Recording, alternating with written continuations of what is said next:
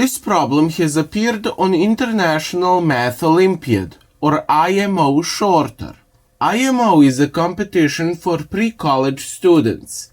There are more than 100 countries that participate in this competition. Every country that participates in this competition sends a team of 6 students, and these 6 students are the most elite math competitors for that country. This competition lasts for 2 days. On the first day of the competition, students are given 3 problems which they have to solve in 4.5 hours. On the second day of the competition, the same thing happens again. Students are given 3 new problems which they have never seen before, and again they have 4.5 hours to solve these problems. Each of these problems carries 7 points, and the total value of the test is 42 points. For the year 2019, the individual mean score was around 16 points. Of course, there were a few students who got a perfect grade of 42 points, which means that they were able to solve every problem on the test and that the solution which they had provided were bulletproof. The problem we are going to solve in this video has appeared on the first day of the competition for the year 2019. So this is the problem. Let z be the set of integers.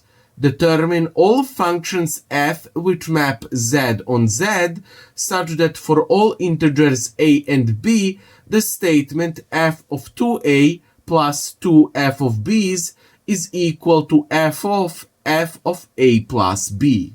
Holds true. As you can see, this is a difficult problem for most of us. For these students, it wasn't a big deal. Around 60% of the students participating had earned all 7 points on this problem. For them, you can clearly see that this problem was easy. So let's now solve this. We have to find all functions f which map z on z so that equality, this here, is true.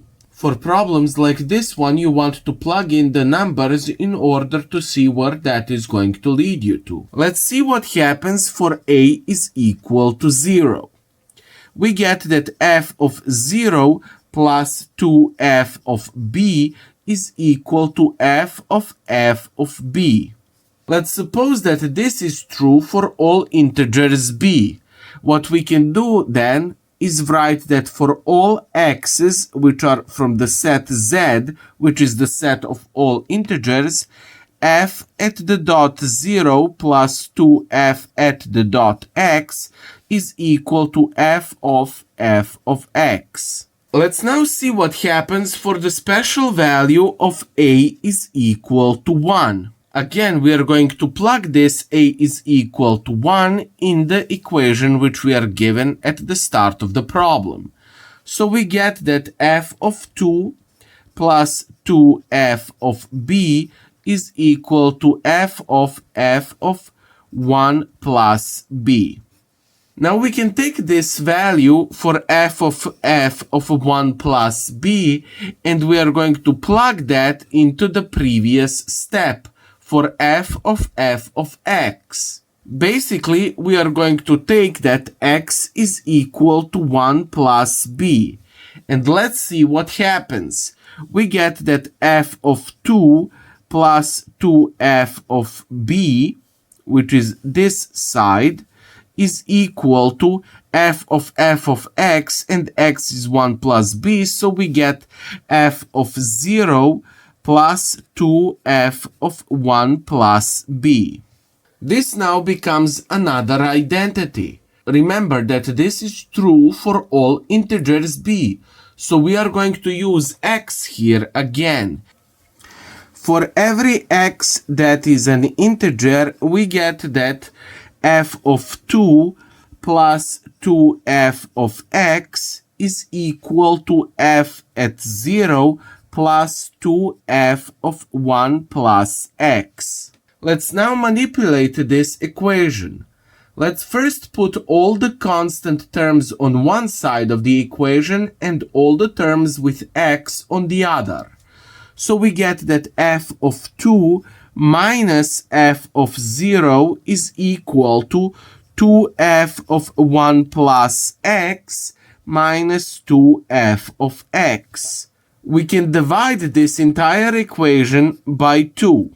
Then we get that f of 2 minus f of 0 over 2 is equal to f of 1 plus x minus f of x. As you can see, we have a difference of consecutive terms here on the right side of the equation. On the left side of the equation, we have f of 2, which is a constant value, minus f of 0, which is also a constant value, as a function has a specific value in one point. When you divide a constant value by 2, you again get a constant value. So on the left side of the equation, we have a constant value, and that constant value holds for all the integers x. This means that f of x is an arithmetic progression, because the difference of consecutive terms will be same constant value. That means that our function f is linear, and we can write that f of x is equal to m multiplied by x plus n. Let's now take this information that f of x is equal to mx plus n, and let's plug that into our original equation. F of 2a plus 2f of b is equal to f of a plus b. We are going to get that m multiplied by 2a plus n plus 2 m multiplied by b plus n is equal to m multiplied by f of a plus b plus n. This is then equal to m multiplied by m multiplied by a plus b and plus n. Finally, plus n here. So this is then equal to m squared a plus b plus mn and plus n. Finally, we get that 2m a plus b plus 3n is equal to m squared a plus b plus mn plus n. We need to find m and n. The idea here is to match the coefficients of like terms. We are going to match a plus b from the left side of the equation with a plus b on the right side of the equation. As this equation has to hold for all integers a and b, we get that m squared has to be equal to 2m. Now we can match the constant terms. So we get that 3n from the left side of the equation is equal to mn plus n. What we now have is this system of equations. And let's solve this system of equations. So from the equation m squared is equal to 2m, we get that m squared minus 2m is equal to 0. M is in common, so it goes in front of the bracket, and we are left with m minus 2, which is equal to 0. What that means is that either m is equal to 0 or m minus 2 is equal to 0, which would make m to be equal to 2. So let's observe the first case when m is equal to 0. We are going to substitute this into the second equation, and then we get that 3n is equal to n. That means that 3n minus n is equal to 0, or 2n is equal to 0, which would make n to be equal to 0. The second case is for m is equal to 2. And we are going to substitute this into the second equation, and then we get that 3n is equal to 3n.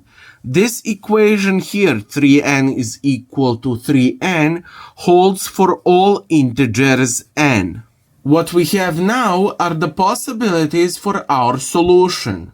For the first case, where the m is equal to 0 and n is equal to 0, we get that f of x has to be equal to 0. And in the second case, where m is equal to 2 and n can be any integer, we get that f of x is equal to 2x plus n as a family of functions where n is an integer. We have to check if these solutions are correct, and we are going to do that by substituting them into our original equation.